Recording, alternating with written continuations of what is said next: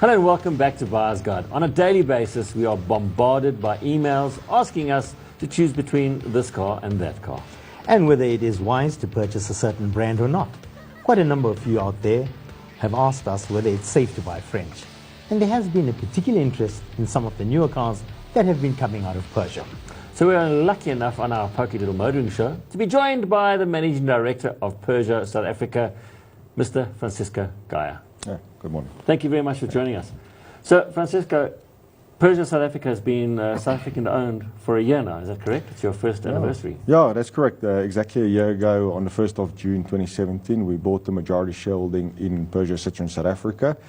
And what occurred, most importantly at that stage, was we changed the management team completely to a local management team, South African-based team, South African citizens. And I always stress that point because we find it's across the world, we actually find that having local management team in order to spec your cars for your industry, to market to your industry in your country is of utmost importance. Because you understand the market better than the parent company understands. Correct. Yeah, no, it's across the brands, you know, where we find a local management team and has a much better understanding of the local industry, local changes occurring, the changing consumers, and we're better able and more quickly able to change and adapt. Okay, so I want to dispel a few myths here. And the most important one is, when are you guys leaving? Like I said, I love that question. When are we leaving? Because we aren't leaving. We made a substantial investment a year ago, not only in terms of finances, but in terms of human resources, in terms of getting new product into the South African market. And that investment was huge. And you don't make that investment based on the short term. You know, we've got a 10, 15-year vision for Peugeot in South Africa. So the short answer is we're not leaving. And I doubt we'll ever leave South Africa. No, that's awesome. That's really awesome. It's good news for Peugeot owners. To spell another thing, Peugeot. Or Peugeot. Peugeot. Depends who you are. Peugeot is the correct term. Yeah. But from a South African accent, Peugeot, Afrikaans, Afrikaners, and Peugeot. It doesn't matter how they pronounce it. So we're quite happy with it. In terms of dealer footprint, how many dealers in the country now? So we've got 25 in the country, and then we've got it in Gaborone as well, and in Windhoek as well. So in terms of something that's more pertains more to the consumer out there, yes. Your parts. You know, there's I don't know if it's a myth or it's a reality, but the French brands, Peugeot, Citroën, Renault, all have a bad name as in when it comes to parts and availability. Yeah. Please tell me that doesn't work with you guys. You guys have everything. Yeah. So from our side, we call it a parts perception, a problem that's perceived to exist. And that perception, in some cases, were based on reality. And whether you want to believe it or not, if it's a perception, it is a reality. So we understood when we bought the shareholding in Peugeot South Africa, we need to fix that perception.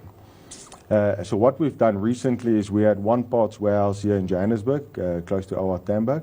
And since April, we've now moved to 7 regional warehouses across South Africa. Of course, Cape Town, Durban, PE, and in Johannesburg, we've got 3 different warehouses now. We've upped our parts stock holding from about 40 million to about 60 million rand. And the reason we did all of this is, one, to reduce lead times to customers. You know, if you're in Cape Town, you don't want to wait 2 days for a part to come from your Johannesburg hub. So we are stocking up all of our hubs with the correct parts, reducing lead times, having more parts in South Africa. And it's all about addressing that problem, or that perceived problem of parts availability in the country for Peugeot. And what we've done as well is we've built an analytical system that by August of this year, we'll be able to analyze regionally what parts are required in which areas of the country. So who crashes more in Joburg and who doesn't crash in Cape Town? So we've got different car parks around the country, so you can't look at your car park just nationally, etc., to determine what your stock holding should be. So we take regional, we take Cape Town, and said, in the last 5 years, what cars did we sell in Cape Town? And let's get the right parts for the vehicles in Cape Town. So we're quite confident that in the next year, you know, we'll totally dispel the myth of Peugeot parts not being available, etc. And then from a costing side, we've introduced Peugeot Economy Service, where we use parts that are, it's non-genuine but Peugeot-approved parts for vehicles out of warranty and service plan and maintenance plans. And the reason for that is to, again, address that perception, oh, it's expensive to have a Peugeot out of warranty or a Peugeot out of maintenance plans, etc. So we've got Peugeot Economy Service, which is about 30% less expensive with excellent quality parts for those customers. Okay, now obviously that's good that you got all the spares and that. There's some good product that you've got at present time. Yeah. You've got 3008, which is doing fairly well here, but doing fairly well as well overseas. Yes. It was European Car of the Year. 2017 European Car of the Year. 2017 European Car of the Year. What other products out here that you find are exciting? Yeah. So at the moment we've got the 208, which is our hatchback. We've got a 2008 small SUV and then a 3008. Yeah. We're now launching the 308 again. The 5008, end of this year, we are very excited about. We've received our homologation units as well. Essentially, that's the 3008 on steroids, 7-seater, much bigger car, but equally well designed and good quality car.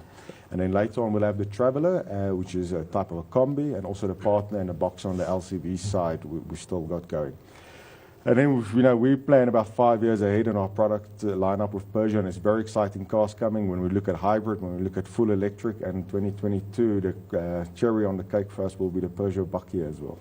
2022. Yes. So we've got a couple of years to wait. Couple of years, but that's how long in the future we look at what products we need and how do we spec them for the South African market. So Toyota have to be very careful now. Well, I would. Your Bakkie's coming to take say over. that, yes.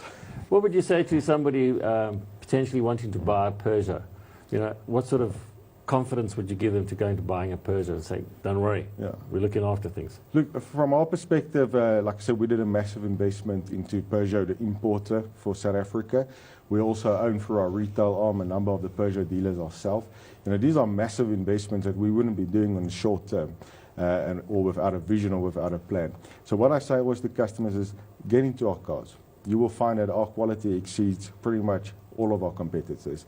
Our value for money propositions exceed all of our competitors. Get into our cars, drive the car. We've got our parts ordered, we've got a great dealer network. We're looking at expanding our servicing footprint across South Africa. We are looking after our customers. So in other words, don't be scared. And I must say, recently I drove the Peugeot 208, which I thought was absolutely fantastic. I've driven the 3008, which is also brilliant. They are really good cars. And I would encourage people, you know, if you're looking at something that the Peugeot has competitors with, go and test drive a Peugeot. Sure. It's certainly well worth your while. You know, that's what I like about what Francisco said. He said, go put your bum in the seat and make a decision thereafter. Don't worry about the perception. Yeah. Well, I suppose it's a lot of money people are going to pay on a car, so they've got to do their homework. But certainly have a look. Have a look. So there you have it. I think the moral of the story is to never judge a book by its cover. And that's a wrap from us in the studio. We hope you